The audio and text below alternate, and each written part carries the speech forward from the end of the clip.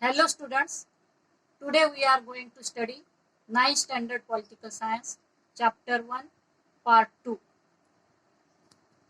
Students, in the previous video, we have studied about the chapter Post-World War Political Development.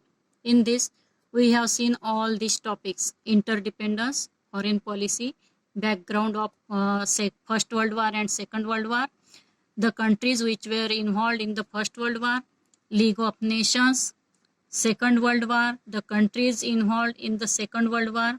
Now, students, we will study about Cold War. We have seen that in the previous video, First World War and Second World War was there. After that, Cold War started. I told you before also what is meant by Cold War. Cold War means internal jealousy. America and the Soviet Union, who were friends in the Second World War, became competitors as soon as the war got over. When Second World War over, that time America and Russia, they were competitors. The cooperation between them gave way to enmity or rivalry. This rivalry occupied a period of 40 to 45 years of internal politics. There was no open war between these two countries. I just told you now, Cold War means not open war. It is internal jealousy. There was no open war between these two countries, but there was such tensions in their relations. In this period, America was, students, in this period, America was already a superpower. But the Soviet Union also tried to become a superpower by making nuclear weapons and by increasing its military might. Both they were superpower, they were competitor, and they started making military powers more.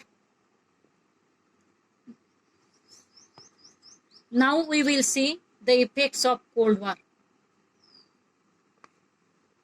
During the Cold War, both the superpowers created military organizations.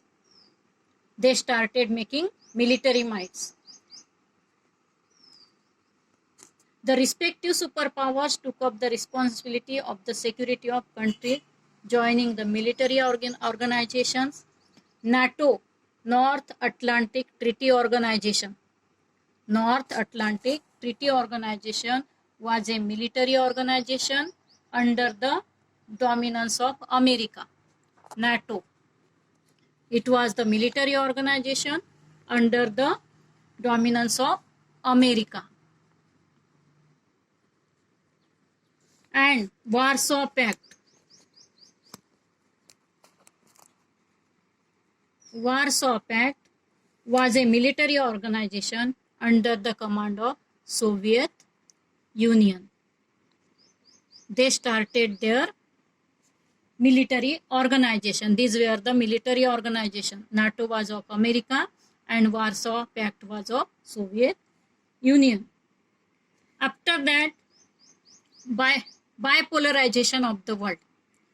Bipolarization of the world. What is meant by bipolarization? Bipolarization means the powers, the countries divided into two divisions, two poles. Bi means two poles. During the Cold War, most countries of the world joined either of the two superpower blocks. Such a division of the nations of the world into two groups is known as bipolarization. Some countries joined to the America and some countries joined to the Soviet Union. Means the world was divided into two groups. Therefore, it is known as bipolarization of the world. World is divided into two groups. Okay, next, arm race. When bipolarization was there, world was divided into two groups. Arm race was there. The superpowers started producing arms on a large scale. They started a rivalry to make more and more destructive weapons. They started making more destructive weapons for becoming superior on each other. But both the superpowers, after that, both the superpowers realized that arms race may endanger international peace. They felt that, they realized that this arms race may endanger international peace. इसकी वजह से दुनिया की शांति भंग हो सकती है. Hence, efforts towards armed control and disarmaments also started in this period. After that, we will study non-aligned movement. Non-aligned.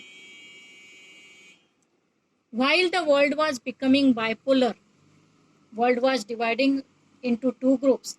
There were some countries which did not join to the superpowers, America and Russia. Some countries were there, they did not join America and Russia. This policy is known as non-alignment. Listen students again. When the world was dividing into two groups, some countries were there, they did not want to join superpowers like America and Soviet Union. This movement was known as non-aligned movement.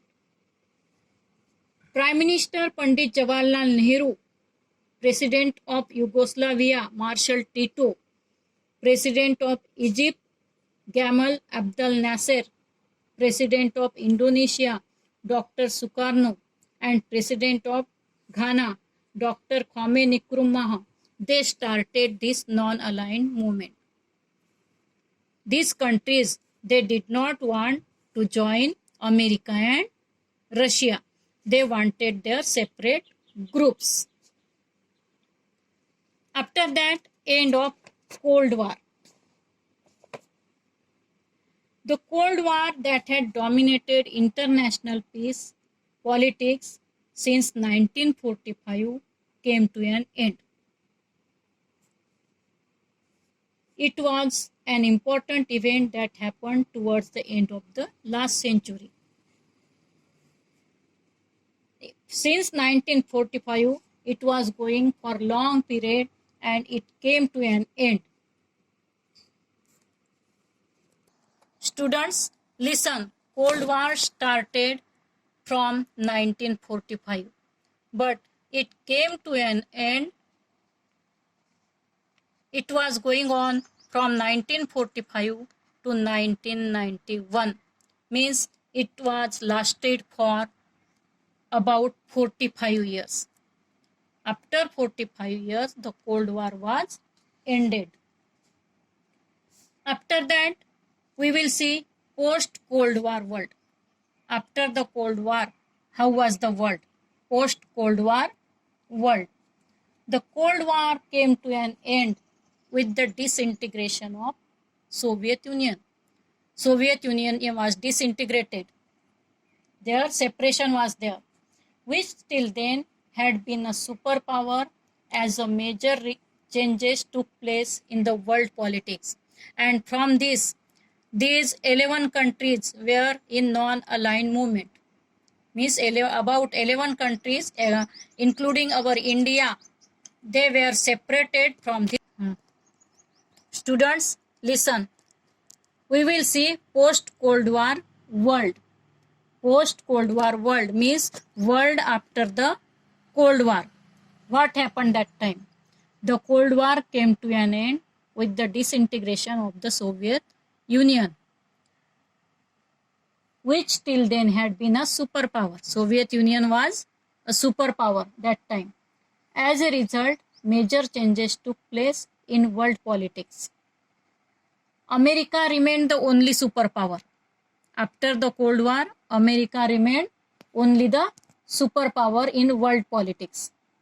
The responsibility of the United Nations has increased. After the Second World War, we know that United Nations was established for keeping peace, friendly relations, and for avoiding the wars. The responsibility of that United Nations has increased. The United Nations now had to take more concrete steps to maintain global peace and security. Global peace. Globalization increased. In this period, after the post-Cold War period, globalization was increased. After the end of the Cold War, trade and economic relations between countries became more open. We will see about now globalization. The relations between the countries became more open. As been mentioned before, capital, labor, markets and information began circulating globally.